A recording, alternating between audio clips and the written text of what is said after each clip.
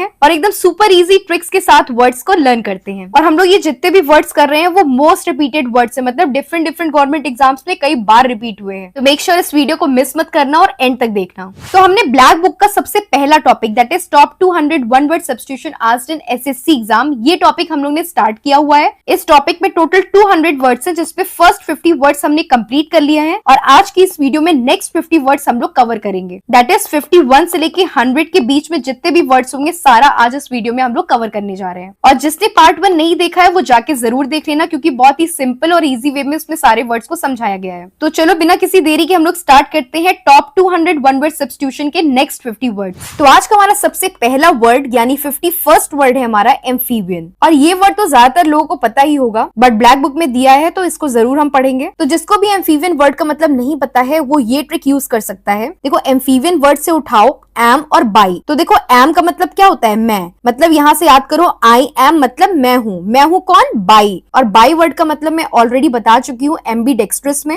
तो बाई से आपको याद रखना है बाइसिकल, और बाइसिकल में कितने पहिए होते हैं, 2 पहिए होते हैं, यानी बाई से याद रखना है आपको 2। तो मैं हूँ बाई, मतलब मैं हूँ 2 नेचर वाला, मतलब एक ऐसा एनिमल जो डुअल नेचर शो करता हो उसको हम लोग एम्फीबियन बोलते हैं, यानी एक ऐसा जानवर जो पानी में भी रहता हो और जमीन पर भी रहता हो। इसका सबसे अच्छा एग्जाम्पल है फ्रॉग। फ्रॉग जो है आपको पानी में भी देखने को मिल जाएंगे और लैंड पे भी देखने को मिल जाएंगे। देन हमारा 52nd वर्ड है आर्कियोलॉजी। और आर्कियोलॉजी वर्ड को ब्रेक करो आर्च प्लस लॉजी में। तो लॉजी वर्ड का मतलब तो आप लोग को ऑलरेडी पता ही होगा, हम लोग ने पहले भी पढ़ा है, क्रोनोलॉजी, एंटोमोलॉजी। तो लॉजी वर्ड का मतलब तो होता है स्टडी, और आर्च वर्ड का मतलब भी मैंने ऑलरेडी बता चुका है आर्काइव वर्ड में। देखो आर्च का मतलब होता है कोई राउंडेड या कर्व्ड शेप, मतलब ऐसे कर्व्ड शेप जो होता है, राउंडेड शेप, उसको हम लोग आर्च बोलते हैं। और ये शेप कहाँ देखने को मिलता है, पुरानी बिल्डिंग्स या मॉन्यूमेंट्स में। ठीक है, पुरानी बिल्डिंग्स वगैरह के जो दरवाजे होते हैं वो ऐसे आर्च शेप के होते हैं, मतलब राउंडेड शेप के होते हैं।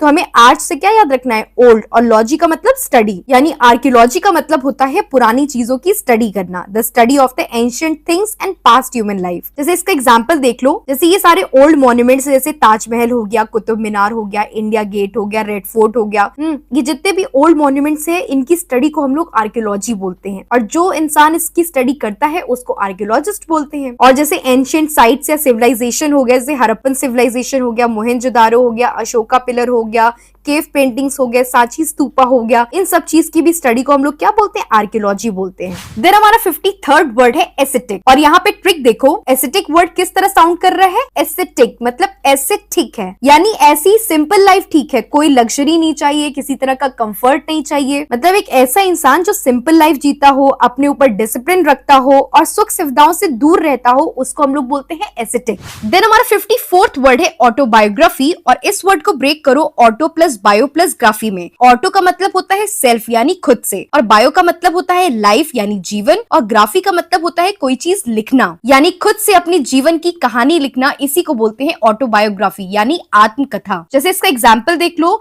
विंग्स ऑफ फायर जो है ये ऑटोबायोग्राफी किसकी है, डॉक्टर एपीजे अब्दुल कलाम की है। इन्होंने इस बुक में अपनी लाइफ के बारे में खुद से लिखा है। और देखो ऑटोबायोग्राफी और बायोग्राफी वर्ड में बिल्कुल कंफ्यूज नहीं होना है। देखो बायोग्राफी में क्या होता है, किसी इंसान के जीवन की कहानी कोई दूसरा इंसान लिखता है, और ऑटोबायोग्राफी में क्या होता है, बायोग्राफी के पहले क्या लग गया, ऑटो मतलब सेल्फ, मतलब यानी एक इंसान अपने जीवन की कहानी खुद ही लिखता है। देन हमारा 55th वर्ड है कोनेजर। और कोनेजर किस तरह साउंड कर रहा है, कौन नॉइज सर, मतलब कौन प्लस नॉइस प्लस सर में। और यहाँ पे नॉइस का मतलब क्या है, बोलना, ठीक है, किसी चीज के बारे में बताना। तो ये सब कौन करता है, ये सब वही कर सकता है जो किसी चीज का एक्सपर्ट हो। यानी कोनॉइजर का मतलब होता है एक ऐसा इंसान जो किसी पर्टिकुलर फील्ड का जानकार हो, ठीक है, विशेषज्ञ हो या एक्सपर्ट हो। That is a person who has expert knowledge and a very good taste in a particular subject. ठीक है, जैसे for example Virat Kohli is a connoisseur of cricket, मतलब विराट कोहली जो है वो क्रिकेट के कोनॉइजर है, मतलब उनको क्रिकेट के बारे में अच्छी नॉलेज है, मतलब वो क्रिकेट के फील्ड में एक्सपर्ट है। And Sanjeev Kapoor he is a connoisseur of cooking, वो कुकिंग में एक्सपर्ट है। हाँ, then Arijit Singh he is a connoisseur of music, ये म्यूजिक में एक्सपर्ट है। Then Alakh Pandey sir he is a connoisseur of teaching, ये टीचिंग के विशेषज्ञ हैं, टीचिंग में एक्सपर्ट है। तो जब भी कोई ऐसा व्यक्ति जो किसी पर्टिकुलर फील्ड में बहुत ज्यादा नॉलेज रखता हो या एक्सपर्ट हो तो हम उसे कोनॉइजर बोलते हैं। देन हमारा 56th वर्ड है इनऑडिबल, और इनऑडिबल को ब्रेक करो इन प्लस ऑडियो या ऑडिबल में। तो देखो फिर से वही वाले वर्ड्स आ गए। किसी भी वर्ड के पहले अगर इन आ रहा है, ए आ रहा है या एन आ रहा है तो उसका मतलब क्या होता है? नॉट या नहीं। और ऑडियो या ऑडिबल का मतलब क्या होता है? साउंड या आवाज, मतलब आवाज नहीं आ रही है। तो मतलब इनऑडिबल का मतलब होता है जो चीज सुनाई ना दे। देन हमारा 57th वर्ड है क्लेप्टोमेनिया, और यहाँ पे ट्रिक देखो, क्लेप्टोमेनिया को ब्रेक करो केप्ट प्लस मेनिया में। तो यहाँ पे क्लेप्ट किस तरह साउंड कर रहा है? केप्ट की तरह। और केप्ट का मतलब होता है कोई चीज अपने पास केप्ट करना, मतलब रखना। और यहाँ पे केप्ट का मतलब है कोई सामान चोरी करके अपने पास रखना। और मेनिया का मतलब होता है पागलपन। मेनिया को ऐसे याद रखो, मेनिया में मैन है ना, तो मैन को क्या सवार होता है? पागलपन। तो मेनिया का मतलब होता है किसी चीज का पागलपन या फिर कोई क्रेजी हैबिट या किसी चीज की जबरदस्त सनक लगना। यानी किसी इंसान को अगर चोरी करने की बुरी आदत है तो उसे हम लोग क्या बोलते हैं? क्लेप्टोमेनिया बोलते हैं, an uncontrolled habit of stealing. तो यहाँ पे किस चीज का पागलपन है? चोरी करने का पागलपन है। जैसे यहाँ पे एग्जाम्पल देखो, the boy has kleptomania so he keeps stealing the pencils and erasers from the classmate. तो इस लड़के को क्या है? क्लेप्टोमेनिया, क्योंकि अपने क्लास में किसी ना किसी बच्चे का कुछ ना कुछ चुराता रहता है। किसी का पेंसिल चुरा लिया, किसी का इरेजर चुरा लिया, ठीक है। और दूसरा एग्जाम्पल देखो, the made has kleptomania and secretly steel the things from the house. इस मेड को क्या है? क्लेप्टोमेनिया है, जिसके घर काम करती है उनके घर से कुछ ना कुछ चुराती रहती है। देन हमारा 58th वर्ड है एनार्की। और देखो यार, एनार्किस्ट वर्ड हम ऑलरेडी पहले डिस्कस कर चुके हैं, तो उसी तरह है एनार्की। तो देखो एनार्की को ब्रेक करो एन प्लस आर्की में। तो देखो आर्की का मतलब तो होता है कोई रूल, गवर्नमेंट या शासन। और किसी भी वर्ड के पहले ए आ जाए, एन आ जाए, इन आ जाए तो उसका मतलब क्या होता है? नॉट या नहीं। मतलब कोई रूल या गवर्नमेंट नहीं है, मतलब एक ऐसी जगह, कोई ऐसी कंट्री या कोई ऐसा इंस्टीट्यूशन जहां पे कोई गवर्नमेंट ना हो, कोई रूल नहीं हो, सब अपने मन मर्जी काम कर रहे हो, तो उस सिचुएशन को हम लोग एनार्की बोलते हैं। देन हमारा 59th वर्ड है एमिग्रेंट। और देखो यहाँ पे कंफ्यूज नहीं होना है, एक वर्ड होता है एमिग्रेंट और एक वर्ड होता है इमिग्रेंट। देखो इन दोनों वर्ड्स को बहुत ही सिंपल तरीके से ध्यान में रखेंगे। देखो एमिग्रेंट और इमिग्रेंट में एक चीज कॉमन है, दोनों में लास्ट में माइग्रेंट आ रहा है। तो माइग्रेंट का मतलब होता है माइग्रेशन करना, मतलब एक जगह से दूसरी जगह मूव करना। और देखो एमिग्रेंट में ई आता है और इमाइग्रेंट में क्या होता है? आई आता है। तो एमिग्रेंट में हमको ई से क्या याद रखना है? एग्जिट करना, मतलब बाहर जाना, ठीक है। और इमाइग्रेंट में हमको क्या याद रखना है? आई से मतलब इन का मतलब अंदर आना। तो ऐसे ध्यान रखो कि आप जहां रहते हो, आपकी जो नेटिव प्लेस है, जहां पे आप हमेशा से रहते हो, जैसे इंडिया, ठीक है, तो इंडिया से जब आप बाहर जाते हो तो आपको क्या बोला जाएगा? एमाइग्रेंट। और जब कोई दूसरी कंट्री से आप अपनी कंट्री इंडिया आते हो तो आपको बोला जाएगा इमिग्रेंट, ठीक है। इसका सबसे अच्छा एग्जांपल है देखो साइबेरियन क्रेन्स। तो ये जो साइबेरियन क्रेन्स है, इनका नेटिव प्लेस कहाँ है? साइबेरिया। लेकिन जब साइबेरिया में टेम्परेचर बहुत ज्यादा माइनस में चला जाता है तो उस टाइम इनके लिए टेम्परेचर अनफेवरेबल हो जाता है, तो साइबेरिया छोड़ के कहाँ जाती है? इंडिया आती है। इंडिया में भरतपुर और प्रयागराज, संगम वगैरह में आती है। तो ये अपना नेटिव प्लेस छोड़ के दूसरी कंट्री में जा रही है, ये अपना नेटिव प्लेस छोड़ के दूसरी कंट्री में जा रही है, तो इनको हम लोग क्या बोलेंगे? एमाइग्रेंट बोलेंगे। अब जैसे ये रोहन है और ये इंडिया में रहता है, लेकिन ये अपनी हायर स्टडीज कंप्लीट करने के लिए कहां जा रहा है? कनाडा जा रहा है। तो रोहन अपनी कंट्री छोड़ के दूसरी कंट्री में जा रहा है, तो उसको क्या बोलेंगे? एमाइग्रेंट बोलेंगे। देन हमारा 60th वर्ड है एफेमरल। देन यहाँ पे ट्रिक देखो, PHE से पकड़ो पहले और MER मर से पकड़ो, मतलब मर जाना या खत्म हो जाना या समाप्त हो जाना। यानी ऐसी कोई भी चीज जो बहुत ही शॉर्ट पीरियड टाइम के लिए हो और जल्दी से खत्म हो जाए, उसे हम लोग एफेमरल बोलते हैं। जैसे इसका सबसे अच्छा एग्जाम्पल है रेनबो। Rainbow is ephemeral. क्यों? जब थोड़ी सी धूप और बारिश वगैरह होती है ना, तो थोड़ी देर के लिए रेनबो निकलता है, उसके बाद थोड़ी देर बाद ही खत्म हो जाता है। और इसका एक और एग्जांपल लिख सकते हो, ड्यू। जो मॉर्निंग में ओस की बूंदें पड़ती हैं, वो हमको थोड़ी देर के लिए दिखाई पड़ती है, फिर वो खत्म हो जाती है। तो ड्यू भी जो है वो एक तरह का एफेमरल चीज है। कोई भी ऐसी चीज जो थोड़े समय के लिए रहे और फिर खत्म हो जाए, उसे हम लोग एफेमरल बोलते हैं। देन हमारा 61 वर्ड है ग्लूटन, और इस वर्ड को ब्रेक करो ग्लू प्लस टन में। तो देखो ग्लू किस लिए काम आता है? चिपकाने के लिए, स्टिक करने के लिए। और टन का मतलब होता है क्वांटिटी, यानी यहाँ पे टन भर खाने की बात हो रही है। तो कोई इंसान अगर टन भर खाने से चिपक जाता है तो उसको हम लोग ग्लूटन बोलते हैं, मतलब एक ऐसा इंसान जो बहुत खाता है। अ person who Yeats too much, उसको हम लोग ग्लूटन बोलते हैं, मतलब पेटू इंसान। देन हमारा 62 वर्ड है ऑनरी, और इस वर्ड को ब्रेक करो ऑनर प्लस रेयर में। तो देखो ऑनर का मतलब तो होता है रिस्पेक्ट करना या सम्मान करना, और रेयर से यहाँ पे याद रखना है कोई खास चीज, यहाँ पे कोई खास इंसान की बात की गई है, मतलब स्पेशल पर्सन की बात हो रही है। तो किसे ऑनर देने की बात हो रही है? कोई स्पेशल पर्सन को ऑनर देने की बात हो रही है। तो ऑनररी का मतलब होता है कि मान लो किसी व्यक्ति ने देश, समाज या किसी पर्टिकुलर फील्ड में बहुत बड़ा कंट्रीब्यूशन दिया है, और ऐसे व्यक्ति को सम्मान के लिए हम उसे कोई रैंक, पोजीशन या टाइटल देते हैं, वो भी बिना किसी रेगुलर जॉब या सैलरी के, तो उसे हम लोग ऑनरी बोलते हैं। जैसे इसको और अच्छे से एग्जांपल से समझो, जैसे हमारे MS धोनी सर हैं, तो उन्होंने क्रिकेट की फील्ड में भारत के लिए बहुत बड़ा कंट्रीब्यूशन दिया है, तो इसी कंट्रीब्यूशन के लिए उन्हें रिस्पेक्ट या सम्मान देने के लिए उन्हें पोस्ट दी गई है ऑनरी लेफ्टिनेंट कर्नल की। अब इसका मतलब ये नहीं है कि वो आर्मी में रेगुलर जॉब करते हैं, बिल्कुल नहीं, और ना ही उन्हें कोई सैलरी मिलती है उसके लिए। इन्हें ये ऑनरी लेफ्टिनेंट कर्नल की रैंक या पोजीशन सिर्फ उनके शानदार कंट्रीब्यूशन और सम्मान के लिए दी गई है। मतलब ऐसे समझो कि a rank, position or a title given only as a purpose of respect, not as a regular paid job। अगर ऐसे भी नहीं समझ में आ रहा है तो इसको सबसे इजी लैंग्वेज में समझो कि कोई इंसान, कोई व्यक्ति जिसने इंडिया के लिए कुछ कंट्रीब्यूशन दिया है किसी पर्टिकुलर फील्ड में, उसको हम रिस्पेक्ट देने के लिए कोई रैंक, टाइटल या पोजीशन देते हैं बिना किसी सैलरी के, तो उसे ऑनरी बोलते हैं। देन हमारा 63rd वर्ड है हाइपोकॉन्ड्रियक, और यहाँ पे ट्रिक देखो, इस वर्ड को ब्रेक करो hypo plus con plus dr से डॉक्टर। तो देखो हाइपो का मतलब क्या होता है? स्मॉल, मतलब कोई छोटी मोटी चीज, मतलब यहाँ पे याद रखना है कोई छोटी मोटी प्रॉब्लम, और जब भी हमें कोई छोटी मोटी प्रॉब्लम होती है तो हमें कौन याद आता है? डॉक्टर याद आते हैं। तो हाइपोकॉन्ड्रियक मतलब होता है एक ऐसा व्यक्ति जिसे हर टाइम बीमारी का वहम रहता है, जिसको हमेशा लगता है कि उसे कोई ना कोई सीरियस डिसीज हो गई है, जबकि असल में उसको कई बार कोई बड़ी बीमारी नहीं हुई रहती है, तब भी उसको लगता है कि हमें कोई ऐसी बड़ी समस्या तो नहीं हो गई है, यानी जो हर समय खुद को बीमार समझता हो। जैसे इसका एग्जांपल देखो, even with a small headache he thinks that he has a serious disease. तो हम ऐसे इंसान को क्या बोलेंगे? हाइपोकॉन्ड्रियक बोलेंगे। मतलब इस इंसान को बस थोड़ा सा बुखार ही हुआ है, उसमें भी उसको लग रहा है कि हमें कौन सी बड़ी डिसीज हो गया, डॉक्टर के पास पहुंच गया है, जिससे बिना किसी बड़ी वजह के भी उसे हमेशा बीमारी का डर बना रहता है, उसे हम लोग हाइपोकॉन्ड्रियक बोलते हैं।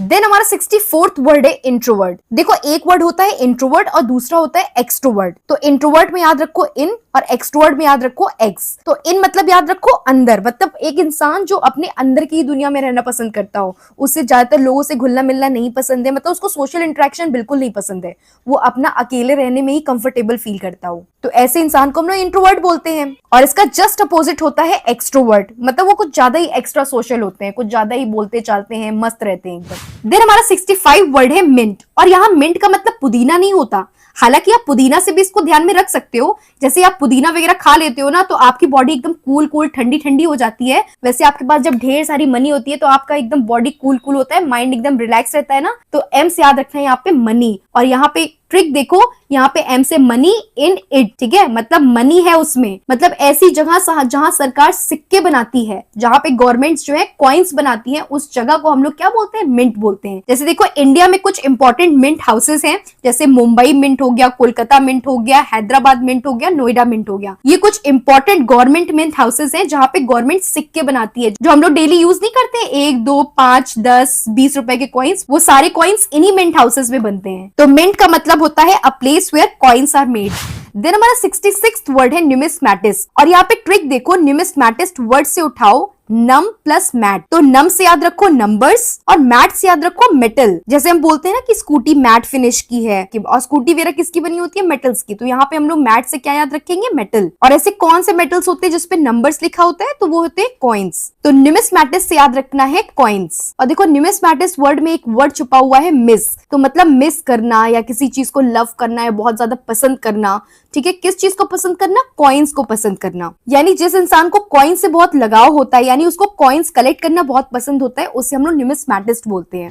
देन हमारा 67th वर्ड है ऑर्चर्ड, और यहाँ पे ट्रिक देखो, ऑर्चर्ड किस तरह साउंड कर रहा है? ऑर्चर्ड, ऑर्चर्ड पेड़ पर, और पेड़ पे चढ़ के हम लोग क्या तोड़ते हैं? फ्रूट्स तोड़ते हैं। तो ऑर्चर्ड का मतलब होता है एक ऐसा पीस ऑफ लैंड जहां पे दूर दूर तक ढेर सारे फ्रूट्स के पेड़ लगे हुए हो, उस जगह को हम लोग क्या बोलते हैं? ऑर्चर्ड बोलते हैं, यानी फलों का बाग, मतलब फ्रूट गार्डन।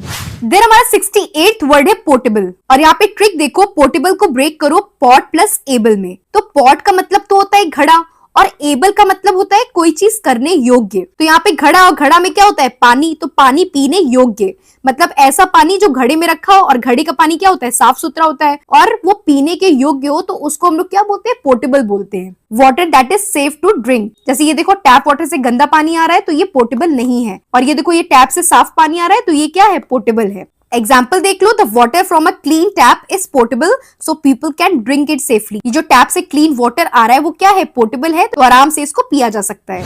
देन हमारा 69th वर्ड है रेजिसाइड, और यहाँ पे ट्रिक देखो, रेजिसाइड को ब्रेक करो रेजी प्लस साइड में, तो रेजी थोड़ा थोड़ा किस तरह साउंड कर रहा है, रेजी राजा, और साइड से याद रखो SIDE साइड, मतलब साइड कर देना या खत्म कर देना या किल कर देना। तो यहाँ पे किसको किल कर देना है, राजा को किल कर देना है, मतलब किलिंग ऑफ अ किंग, राजा की हत्या कोई हम लोग क्या बोलते हैं, रेजिसाइड बोलते हैं। देन हमारा 70 वर्ड है सोमनम्बुलिस्ट, और यहाँ पे ट्रिक देखो, सोमनम्बुलिस्ट में आता है सोमनम और एम्ब्यूल। देखो सोमनम्बुलिस्ट को ब्रेक करो SOMN में और AMBUL में, ठीक है, तो SOMN सोमनम किस तरह साउंड कर रहा है, सोना, स्लीप करना, और AMBUL किस तरह साउंड कर रहा है, एम्बुलेंस की तरह, और एम्बुलेंस एक व्हीकल है, और व्हीकल का काम क्या है, मूव करना या चलना। अब इन दोनों को ऐड कर दो, मतलब नींद में चलने की जिसको आदत होती है उसको हम लोग क्या बोलते हैं, सोमनम्बुलिस्ट बोलते हैं, a person who walks while sleeping.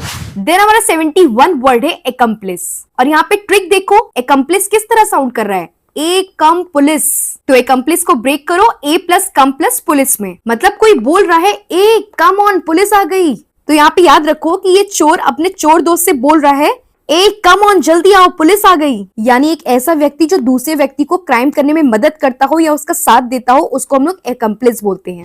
Then हमारा 72 वर्ड है एग्नोस्टिक, और यहाँ पे ट्रिक देखो, एग्नोस्टिक को ब्रेक करो AG नो में, तो AG से याद रखो अबाउट गॉड, और नो मतलब नो आइडिया, मतलब गॉड के बारे में कोई आइडिया ही नहीं है, यानी एक ऐसा व्यक्ति जिसको गॉड के एग्जिस्टेंस के बारे में श्योरिटी ही नहीं है, यानी एक ऐसा व्यक्ति जिसको पता ही नहीं है कि भगवान है भी या नहीं है, तो ऐसे इंसान को हम लोग क्या बोलते हैं, एग्नोस्टिक। देन हमारा 73 वर्ड है एंथ्रोपोलॉजी, और इस वर्ड को ब्रेक करो एंथ्रो प्लस लॉजी में, और जो भी स्टार्टिंग से सीरीज फॉलो कर रहा है, मैंने कितनी बार बताया कि एंथ्रो का मतलब क्या होता है, ह्यूमंस, और लॉजी का मतलब हमेशा होता है स्टडी, यानी ह्यूमंस की स्टडी को ही हम लोग क्या बोलते हैं, एंथ्रोपोलॉजी बोलते हैं, यानी ह्यूमंस कैसे रहते हैं, उनकी लाइफस्टाइल कैसी है, उनकी हैबिट्स क्या है, उनका कल्चर कैसा है, उनकी सोसाइटी कैसी है, उनकी हिस्ट्री क्या है, और टाइम के साथ साथ उनमें क्या क्या चेंजेस और डेवलपमेंट हो रहे हैं, इन सब चीजों की स्टडी को हम लोग क्या बोलते हैं, एंथ्रोपोलॉजी। देन हमारा 74th वर्ड है ऑटोक्रेसी, और इस वर्ड को ब्रेक करो ऑटो प्लस क्रेसी में, तो देखो क्रेसी वर्ड तो हम ऑलरेडी पढ़ चुके हैं प्लूटोक्रेसी में, तो क्रेसी का मतलब होता है रूल करना, शासन करना या गवर्नमेंट, और ऑटो वर्ड भी हम पढ़ चुके हैं ऑटोबायोग्राफी में, ऑटो का मतलब होता है खुद से यानी सेल्फ, और खुद से कौन रूल करता है, खुद, कोई इंसान है ना जो रूल कर रहा है, यानी ऑटोक्रेसी का मतलब होता है एक ऐसी सिस्टम ऑफ गवर्नमेंट जहाँ पे सारी पावर्स एक रूलर या एक लीडर के पास होती है, वही सारे डिसीजंस लेता है और उसी की बात मानी जाती है। इस तरह के रूल को हम तानाशाही भी बोलते हैं, डिक्टेटरशिप, और इसका सबसे अच्छा एग्जांपल है नॉर्थ कोरिया। नॉर्थ कोरिया सबसे अच्छा एग्जांपल है ऑटोक्रेसी का, वहां पे ऑटोक्रेसी चलती है, मतलब एक सिंगल लीडर के पास सारी पावर्स होती है, यानी सारे डिसीजन एक ही इंसान लेता है और इसी के इशारों पे देश भी चलता है।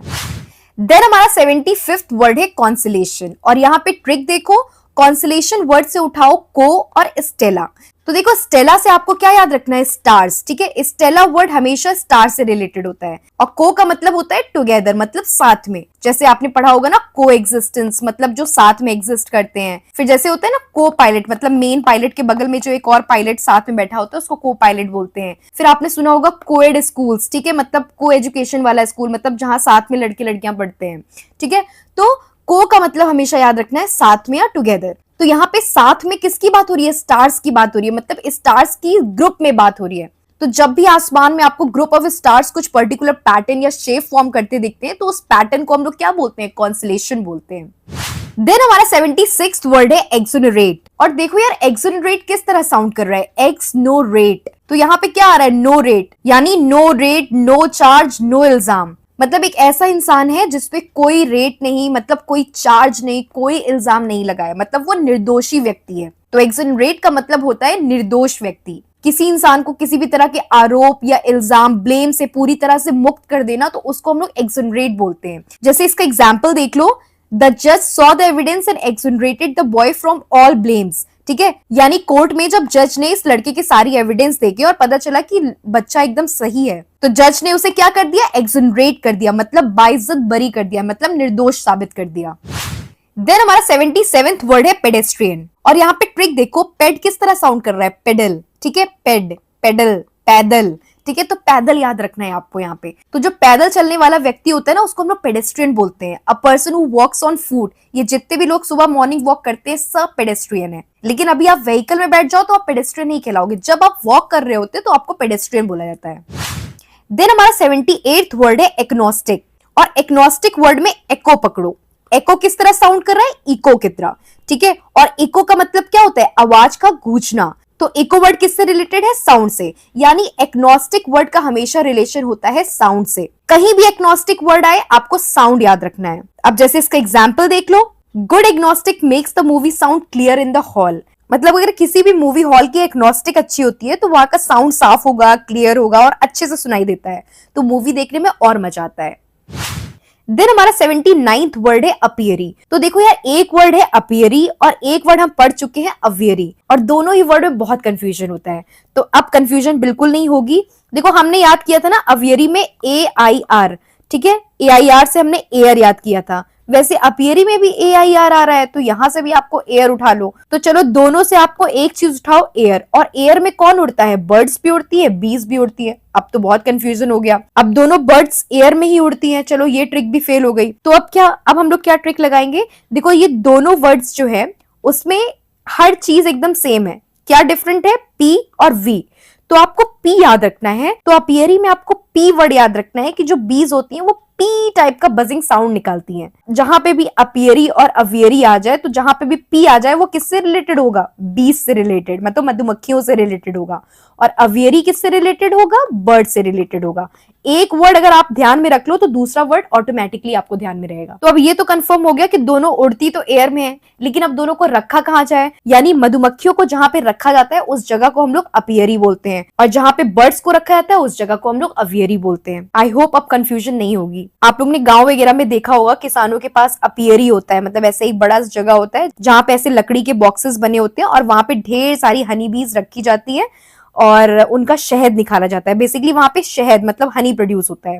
देन हमारा 80 वर्ड है एपोस्टेट, और इस वर्ड को ब्रेक करो A प्लस स्टेट में। तो हमने कितनी बार बता चुका है कि अगर किसी भी वर्ड के पहले A एंड इन आ जाए तो उसका मतलब क्या होता है, नॉट या नहीं। और यहाँ पे स्टेट मतलब स्टेट ऑफ माइंड की बात की जा रही है, मतलब आपका जो फेथ है, बिलीफ है, भगवान के ऊपर विश्वास है, तो ये जो भगवान के ऊपर विश्वास वगैरह है वो नहीं रहा। मतलब एक ऐसा इंसान जो भगवान पे बिलीव करना छोड़ दे, जो अपने धर्म, आस्था और विश्वास को छोड़ दे, उसको हम लोग क्या बोलते हैं, एपोस्टेट बोलते हैं। और अगर आपने ये सब करना छोड़ दिया तो आपकी कंडीशन कुछ ऐसी हो जाएगी। तो ये सब करना लाइफ में बहुत जरूरी होता है, और मेरा ऐसा मानना है किसी को भी एपोस्टेट नहीं होना चाहिए, ठीक है, क्योंकि पढ़ाई के साथ साथ ये चीज एकदम पैरेलल चलती है। आप बढ़िया से एकदम पढ़ाई करो, एकदम दिल से भगवान को भी मानो, जब दोनों साथ में होता है ना तभी रिजल्ट आता है।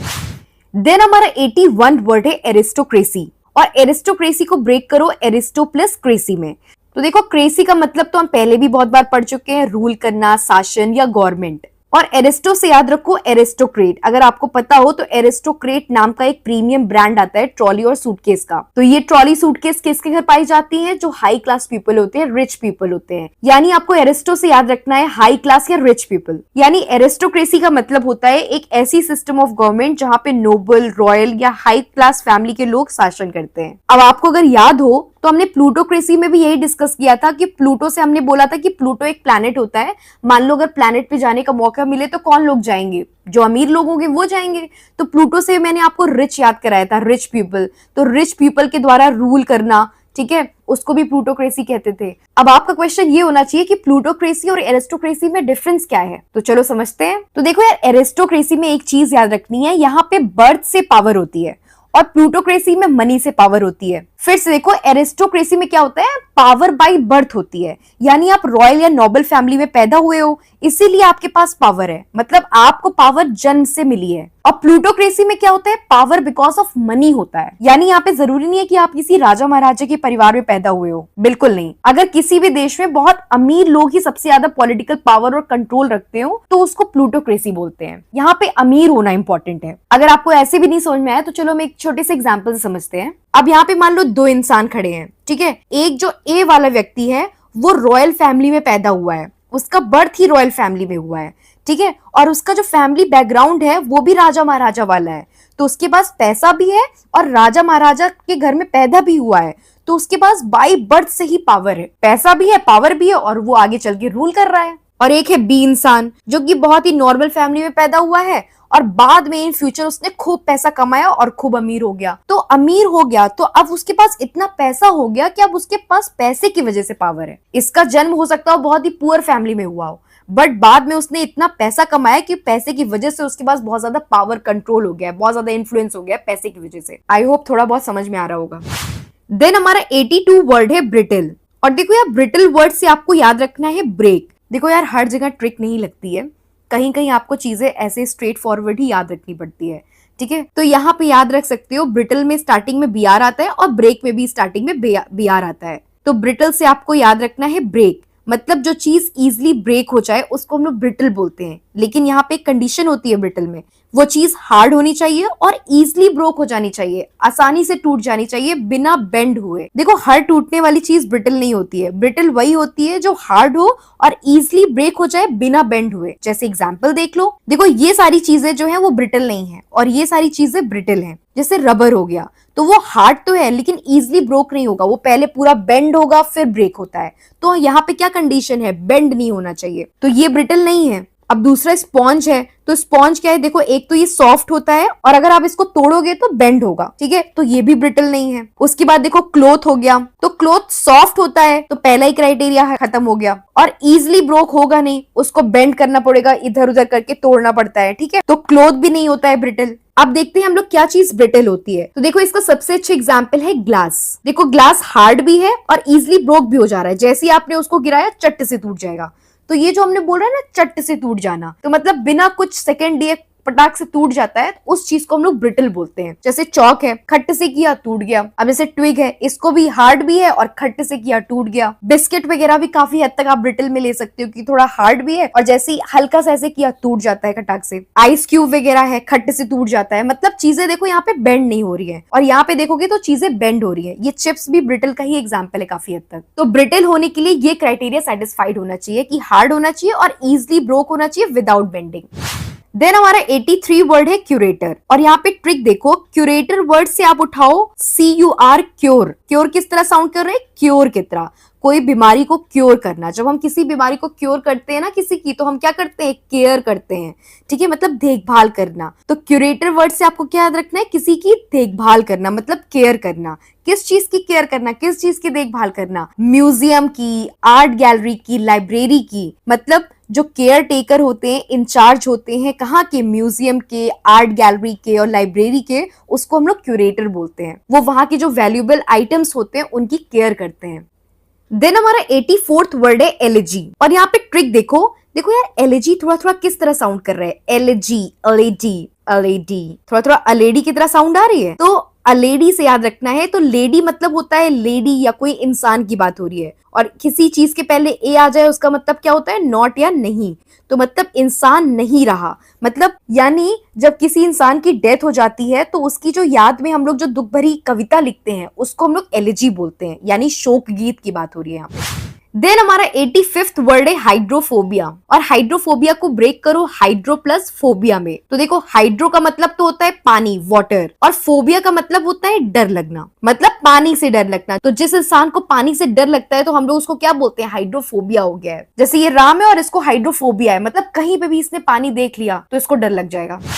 देन हमारा 86th वर्ड है हाइपोक्रेट। और हाइपोक्रेट वर्ड थोड़ा थोड़ा किस किस तरह साउंड कर रहा है, हाइपोक्रेसी की तरह। हम बोलते नहीं हिपोक्रेसी की भी एक सीमा होती है। तो ये लाइन क्यों बोलते हैं हम लोग, ये लाइन हम उन लोगों के लिए बोलते हैं जो डुअल स्टैंडर्ड वाले लोग होते हैं, मतलब जो डुअल नेचर वाले लोग होते हैं, मतलब सामने कुछ और होंगे पीछे कुछ और होंगे, मतलब बहुत सारा दिखावा करेंगे लेकिन रियलिटी कुछ और होती है, ठीक है। तो हम लोग बोलते नहीं यार हिपोक्रेसी की भी एक सीमा होती है। तो हिपोक्रेसी वर्ड से ही आपको याद रखना है हाइपोक्रेट। और हाइपोक्रेट का मतलब होता है ढोंगी या पाखंडी, मतलब एक ऐसा व्यक्ति जो कहता कुछ और है और करता कुछ और है। जैसे इसको कुछ एग्जाम्पल से समझ सकते हो, जैसे हमारे कुछ पॉलिटिशियंस होते हैं ना, इलेक्शन के पहले आपसे बहुत सारे प्रोमिसेस करेंगे, यहाँ डेवलपमेंट हो जाएगा, रोड्स बन जाएगी, ये हो जाएगा, वो हो जाएगा, but after winning the election, जैसे इलेक्शन वो जीतते हैं, वो सारे प्रोमिसेस भूल जाते हैं। तो इनको भी हम बोल सकते हैं कि दे आर हिपोक्रिट्स। और दूसरा एग्जाम्पल, जैसे कुछ फेक बाबा लोग होते हैं, ठीक है, साधु संत लोग नहीं होते, कुछ साधु संत लोग होते हैं जो ढोंग करते हैं, ठीक है, वो हम लोग से बोलेंगे ये पूजा करा लो, ये सामान दे दीजिए हमको, ये कर लीजिए, आपकी सारी प्रॉब्लम सॉल्व हो जाएगी, बट ऐसा कुछ नहीं होता है। तो ऐसे जो फेक या पाखंडी बाबा लोग होते हैं ना, उन लोग को भी हम हाइपोक्रिट बोल सकते हैं। देन हमारा 87th वर्ड है इनविंसिबल, और यहाँ पे ट्रिक देखो, इनविंसिबल को ब्रेक करो इन प्लस विन में, ठीक है। तो मैंने क्या बताया है कि किसी वर्ड के पहले इन आ जाए तो उसका मतलब क्या होता है, नॉट, नहीं, ठीक है। और विन से याद रखो, विन मतलब जीत। अब देखो यार, यहाँ पे थोड़ा सा ट्विस्ट है, हमने पहले भी वर्ड्स पढ़ रखे हैं जहां पे किसी भी वर्ड्स के पहले अगर ए आ जाए, एन आ जाए, इन आ जाए, तो हम क्या मानते हैं, उसका नहीं ना। तो यहाँ पे भी हमने नहीं माना है, बट इसका मतलब ये नहीं है कि वो जीतता नहीं है। तो यहाँ पे थोड़ा सा कुछ चीजें तो आपको याद करनी पड़ेगी, हर जगह कहीं ना कहीं तो यार ट्रिक फेल हो ही जाती है, ठीक है, हर जगह ट्रिक नहीं काम कर सकती। तो इनविंसिबल में यहाँ पे आप ऐसे ध्यान रखो कि इसकी विन को कोई नो नहीं बोल सकता, मतलब एक ऐसा इंसान जिसको कभी हराया नहीं जा सकता, जो कभी हारता ना हो, जो हमेशा जीतता हो, उसे हम लोग क्या बोलते हैं, इनविंसिबल बोलते हैं। देन हमारा 88 वर्ड है आइटिनरी, और यहाँ पे क्लू देखो, आइटिनरी में स्टार्टिंग में देखो आईटी इट आ रहा है ना, और यहाँ पे नरी किस तरह साउंड कर रहा है, नियर की तरह। तो हम इसको ऐसे पढ़ेंगे, इतना नियर। जैसे आप कहीं घूमने वगैरह जा रहे हो तो आपसे कोई पूछ रहा है कि कितना नियर है, तो आप बता रहे हो इतना नियर है ये डिस्टेंस हमारे घर से। तो इतना नियर मतलब कहीं घूमने उमने की बात हो रही है, मतलब जर्नी, कहीं ट्रैवलिंग की बात हो रही है। तो आइटिनरी वर्ड हमेशा ट्रैवल से रिलेटेड होता है। आइटिनरी वर्ड का मतलब होता है ट्रैवल प्लान, यानी यात्रा का पूरा प्लान। तो जब आप कहीं घूमने जाते हो और घूमने जाने से पहले जो पूरी प्लानिंग करते हो कि आपको कहाँ जाना है, कहाँ स्टे करना है, कितनी दूर है, ठीक है, पूरी जो प्लानिंग होती है आपकी जर्नी के पहले, उसको हम लोग आइटिनरी बोलते हैं। एग्जाम्पल देख लो, your journey starts with a perfect itinerary. आपकी जर्नी स्टार्ट होती है एक परफेक्ट ट्रैवल प्लानिंग से। देन हमारा 89th वर्ड है मैन्युस्क्रिप्ट, और इस वर्ड को ब्रेक करो मैन प्लस स्क्रिप्ट में। तो देखो, मैन का मतलब तो इंसान, और स्क्रिप्ट का मतलब होता है कोई लिखा हुआ टेक्स्ट या राइटिंग। और ये राइटिंग किसके द्वारा लिखी है, मैन के द्वारा, मतलब इंसान के हाथों द्वारा लिखी हुई, मतलब हैंड रिटन टेक्स्ट या राइटिंग की बात हो रही है यहाँ पे। यानी मैन्युस्क्रिप्ट का मतलब होता है इंसान के हाथों से लिखा हुआ कोई इंपॉर्टेंट बुक, यानी मैन्युस्क्रिप्ट का मतलब होता है इंसान के हाथों से लिखी हुई कोई बुक या कोई कहानी या कोई धार्मिक ग्रंथ या कोई रिलीजियस बुक या कोई इंपॉर्टेंट डॉक्यूमेंट। देखो, आज के टाइम में ना बुक्स प्रिंट कराते हैं, बट पहले के टाइम में ऐसा नहीं होता था। पहले प्रिंटिंग प्रेस नहीं थे, इसीलिए लोग पहले बुक्स और जो धार्मिक ग्रंथ होते थे, कोई इंपॉर्टेंट डॉक्यूमेंट हो गया, वो अपने हाथों से लिखते थे। यानी कोई भी ऐसा हैंड रिटन चीज जो एकदम ओरिजिनल कॉपी है, उसको हम लोग मैन्युस्क्रिप्ट बोलते हैं। हिस्ट्री वगैरह में आपने सुना होगा कि हिस्टोरियंस और आर्कियोलॉजिस्ट जब पुरानी कोई मॉन्यूमेंट्स, मंदिर या कोई लाइब्रेरी वगैरह में खुदाई करते हैं या खोज करते हैं, तो उन्हें एंशिएंट मैन्युस्क्रिप्ट मिलती है। और ये सारी जो हिस्टोरियंस को जो मैन्युस्क्रिप्ट वगैरह मिलते हैं, उनको पढ़ के हमें क्या पता चलता है कि उस टाइम के लोग कैसे थे, उनकी लैंग्वेज क्या थी, उनका हिस्ट्री क्या था, उनका कैसा ट्रेडिशन और कल्चर था। ये सारी चीजें हमें मैन्युस्क्रिप्ट से पता चलती है। यानी मैन्युस्क्रिप्ट हमें पास्ट का सबसे इंपॉर्टेंट एविडेंस देता है। देन हमारा 90 वर्ड है मीजोगाइनिस्ट, और इस वर्ड को ब्रेक करो मीजो प्लस गाइनी में। देखो, मीजो का मतलब हमेशा होता है हेट करना या नापसंद करना। एक वर्ड हमने पढ़ा था मिज़ेंथ्रोप, वहां पे भी मिस का मतलब होता था हेट करना, ठीक है। और गायनी से याद रखो गायनेकोलॉजिस्ट, और गायनेकोलॉजिस्ट किसके डॉक्टर होते हैं, वुमेन्स के डॉक्टर होते हैं। तो गायनी से हमको याद रखना है वुमेन्स। तो वुमेन्स को हेट करना, मतलब ऐसा इंसान जो वुमेन्स को हेट करता है, उसको हम लोग क्या बोलते हैं, मीजोगाइनिस्ट बोलते हैं। देन हमारा 91 वर्ड है नेपोटिज्म, और नेपोटिज्म में से नेपो उठाओ। नेपो किस तरह साउंड कर रहा है, थोड़ा थोड़ा नेफ्यू की तरह साउंड कर रहे हैं। नेफ्यू का मतलब होता है भतीजा। तो नेपोटिज्म से आपको याद रखना है भाई भतीजा वाद, मतलब नेफ्यू मतलब भतीजे को फायदा देना। यानी नेपोटिज्म का मतलब होता है अपनी पावर, पोजीशन या इन्फ्लुएंस की वजह से अपने रिश्तेदारों या बच्चों को फायदा पहुंचाना। चलो इसको एक एग्जाम्पल समझते हैं। मान लो किसी कंपनी में एक जॉब निकली हुई है, 2 कैंडिडेट्स इंटरव्यू के लिए आए हैं, ठीक है। पहला जो कैंडिडेट है वो बहुत टैलेंटेड है और डिजर्विंग भी है, और जो दूसरा कैंडिडेट है वो उतना डिजर्विंग नहीं है, लेकिन दूसरा कैंडिडेट जो है वो कंपनी के मालिक का रिलेटिव है। तो जॉब किसको मिलेगी, ऑब्वियस सी बात है, कंपनी के जो मालिक का रिलेटिव है उसको मिलेगी, भले ही वो डिजर्विंग ना हो। इसी को बोलते हैं नेपोटिज्म। मतलब आप किसी अच्छे पद पे हो और आपकी वजह से आपके रिलेटिव्स को फायदा मिल रहा है, उसको हम लोग नेपोटिज्म बोलते हैं। आई होप ये सारी एग्जाम्पल देख के आप समझ रहे होगे। ये अनन्या पांडे है वैसे। बॉलीवुड वगैरह हो गया और पॉलिटिक्स वगैरह हो गया, आपने बहुत सुना होगा कि वहां पे नेपोटिज्म बहुत चलता है। मतलब आप अपनी पावर की वजह से अपने रिश्तेदारों को जो अनफेयर एडवांटेज देते हो, उसी को नेपोटिज्म बोलते हैं, राइट।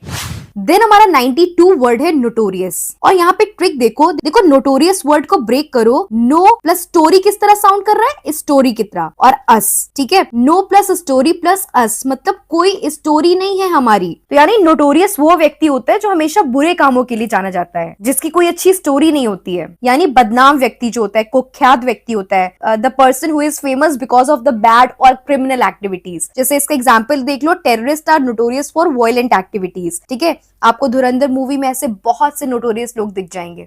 देन हमारा 93 वर्ड है नो वॉइस, और नो वॉइस वर्ड को ब्रेक करो, नो प्लस वॉइस से वॉइस, ठीक है, तो नो प्लस वॉइस में मतलब कोई आवाज नहीं है। इसको ऐसे समझो कि कोई नया बच्चा आज पहली बार क्लास में आया, मतलब आज उसका फर्स्ट डे है क्लास में, टीचर ने उससे क्वेश्चन पूछा लेकिन उसकी आवाज ही नहीं निकल रही है। क्यों नहीं निकल रही है, वो क्यों बोल नहीं पा रहा है, क्योंकि आज वो एकदम नया है, उसके पास अभी कोई एक्सपीरियंस नहीं है, वो अभी एकदम नौसिखिया है, बिगनर है। इसी को हम लोग नो वॉइस बोलते हैं। मतलब नो वॉइस वो इंसान होता है जो किसी फील्ड में एकदम नया होता है, जिसके पास एक्सपीरियंस ना हो, यानी वो बिगनर हो, एकदम नौसिखिया हो। जैसे एग्जाम्पल देख लो, ये गवर्नमेंट एग्जाम के बच्चे तैयारी कर रहे हैं। एक बच्चा है जो अभी एकदम नया है, तैयारी में अभी अभी आया है, तो वो जब मॉक देने बैठा है तो उसके 100 में से 25 मार्क्स आए हैं, और एक है जो 2-3 साल से तैयारी कर रहा है, तो जब ये मॉक्स दे रहा है तो उसके बहुत अच्छे नंबर आ रहे हैं क्योंकि ये एक्सपीरियंस्ड है। तो जो पहला वाला बच्चा है उसको हम लोग नो वॉइस बोल सकते हैं क्योंकि वो अभी बिगनर है, उसके पास एक्सपीरियंस नहीं है। देन हमारा 94th वर्ड है न्यूमिस्मैटिस्ट। देखो इसी सिमिलर हम एक और वर्ड पढ़ के आ रहे हैं, 66 वर्ड जो हमने पढ़ा था न्यूमिस्मैटिस्ट, तो 66 वर्ड क्या था, न्यूमिस्मैटिस्ट था, और ये वाला वर्ड क्या है, न्यूमिस्मैटिक्स है। तो न्यूमिस्मैटिस्ट का मतलब होता है कॉइन्स एंड करेंसी की स्टडी को हम लोग न्यूमिस्मैटिस्ट बोलते हैं, और जो पर्सन कॉइन्स कलेक्ट करता है उसको हम लोग न्यूमिस्मैटिस्ट बोलते हैं। देन 95 वर्ड है ऑप्टिमिस्ट, और यहाँ पे ट्रिक देखो, ऑप्टिमिस्टिक वर्ड को ब्रेक करो ऑप्ट प्लस मिस्ट में, ठीक है, और मिस्ट का मतलब होता है ना फॉग, धुंध टाइप का, और ऑप्ट से याद रखो, जैसे हम बोलते हैं कि तुमने क्या ऑप्ट किया, तुमने कौन सा सब्जेक्ट ऑप्ट किया है, मतलब कौन सा ऑप्शनल सब्जेक्ट लिया है, तो हमको ऑप्ट से याद रखना है ऑप्शंस यानी अपॉर्चुनिटीज, यानी फॉग है, धुंध है, मतलब आगे रास्ता क्लियर नहीं है, लेकिन एक इंसान उस सिचुएशन में भी रास्ता ढूंढ ले तो हम उसको ऑप्टिमिस्टिक बोलते हैं। मतलब एक ऐसा इंसान जो नेगेटिव सिचुएशन में भी पॉजिटिव साइड देखता हो, जो बड़ी से बड़ी प्रॉब्लम में भी हमेशा पॉजिटिव रहता हो, उसको हम लोग क्या बोलते हैं, ऑप्टिमिस्ट बोलते हैं। मतलब एक पॉजिटिव थिंकर, आशावादी व्यक्ति। जैसे एग्जांपल देख लो, Rohan is optimistic person because he sees positivity in every situation. Rohan optimistic इसलिए क्योंकि वो हर सिचुएशन में पॉजिटिविटी देखता है, इसीलिए वो बोल रहा है कि ग्लास जो है वो हाफ फिल्ड है। और इसी ऑप्टिमिस्टिक का जस्ट उल्टा होता है पेसिमिस्ट, जो कि हम नेक्स्ट वर्ड पढ़ने जा रहे हैं।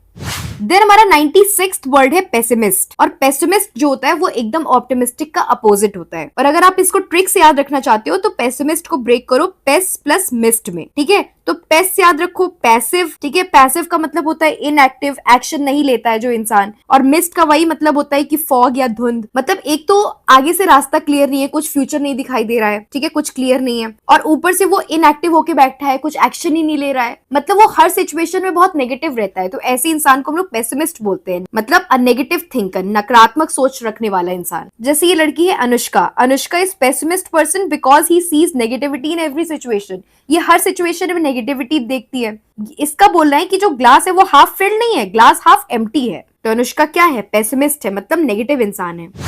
देन हमारा 97th वर्ड है रेटिसेंट, और रेटिसेंट वर्ड थोड़ा थोड़ा साउंड नहीं कर रहा, रेटिसेंट, रेट ही सेंड, मतलब एक इंसान है वो रेट ही सेंड करता है, मतलब सेंड करता है, मतलब मैसेज के थ्रू सेंड करता है, मतलब उसको कोई भी चीज बोल दो वो मैसेज के थ्रू सेंड कर लेगा लेकिन तुमसे बात नहीं करेगा। मतलब रेटिसेंट का मतलब होता है क्वाइट, साइलेंट या बहुत रिजर्व टाइप के लोग जो कम बोलने वाले होते हैं। जैसे एग्जाम्पल देखो, एक लड़की है वो फोन कर रही है अपने फ्रेंड के पास, उससे कुछ उसको पूछना है कि तुम्हारा जो आईफोन है उसका प्राइस क्या है, बट वो लड़का है उसका फोन नहीं रिसीव कर रहा है, बट जैसे वो लड़की उसको मैसेज करती है वो तुरंत रिप्लाई दे देता है। तो बहुत ही क्वाइट रिजर्व टाइप का इंसान है, बहुत ही रेटिसेंट है। That is the girl called him but the reticent boy replied only by the message.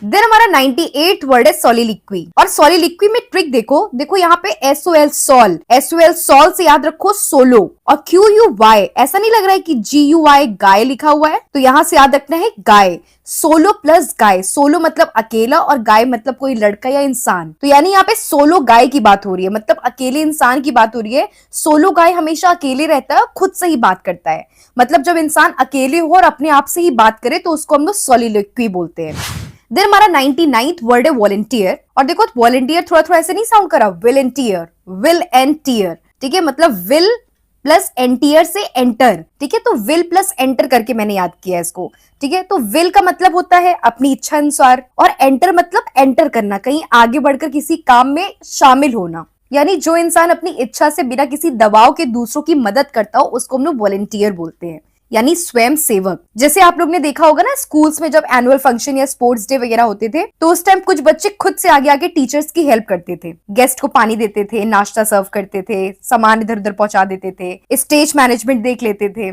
बच्चों को उनकी सीट तक पहुंचाना, पेरेंट्स जो आते थे उनको उनकी सीट्स तक पहुंचाना। तो ये सब जो बच्चे हैं वो वॉलंटियर कहलाते थे, क्योंकि इनसे किसी ने जबरदस्ती काम नहीं करवाया बल्कि इन्होंने अपनी इच्छा से मदद की है। देन आज का हमारा लास्ट वर्ड यानी 100 वर्ड है एम्बिगुअस, और एम्बिगुअस को ब्रेक करो एम प्लस बिग प्लस अस में। एम मतलब मैं, बिग मतलब बड़ा, अस मतलब हम। मतलब एक इंसान बोल रहा है मैं बड़ा हूं और दूसरा कोई बोल रहा है नहीं हम बड़े हैं, मतलब समझ नहीं आ रहा है कि कौन बड़ा है, मतलब बहुत कंफ्यूजिंग वाली सिचुएशन है। तो इसी को हम लोग एम्बिगुअस बोलते हैं, मतलब बहुत ही अस्पष्ट, साफ नहीं हो, जो एकदम कंफ्यूजिंग हो, भ्रम वाली सिचुएशन हो। मतलब एम्बिगुअस का मतलब होता है कुछ ऐसी चीज जो साफ ना हो, मतलब अस्पष्ट हो एकदम। और जैसे एक एग्जांपल से भी समझ सकते हो, ठीक है, अभी एसएससी का 2026 का एग्जाम आने वाला है, लेकिन अभी तक कुछ क्लियर नहीं है कि वैकेंसी कितनी आएगी, सेक्शनल कट ऑफ होगा या नहीं होगा, सेक्शनल टाइमर है या नहीं होगा, सेक्शनल टाइमर होगा कि नहीं होगा, ठीक है, एग्जाम डेट क्या होने वाली है, कितने शिफ्ट में एग्जाम होगा, हर तरफ अलग अलग बातें चल रही हैं, कोई कंफर्म इंफॉर्मेशन है ही नहीं। तो हम ऐसी सिचुएशन को भी एम्बिगुअस कह सकते हैं क्योंकि सब कुछ एकदम कंफ्यूजिंग और अनक्लियर है।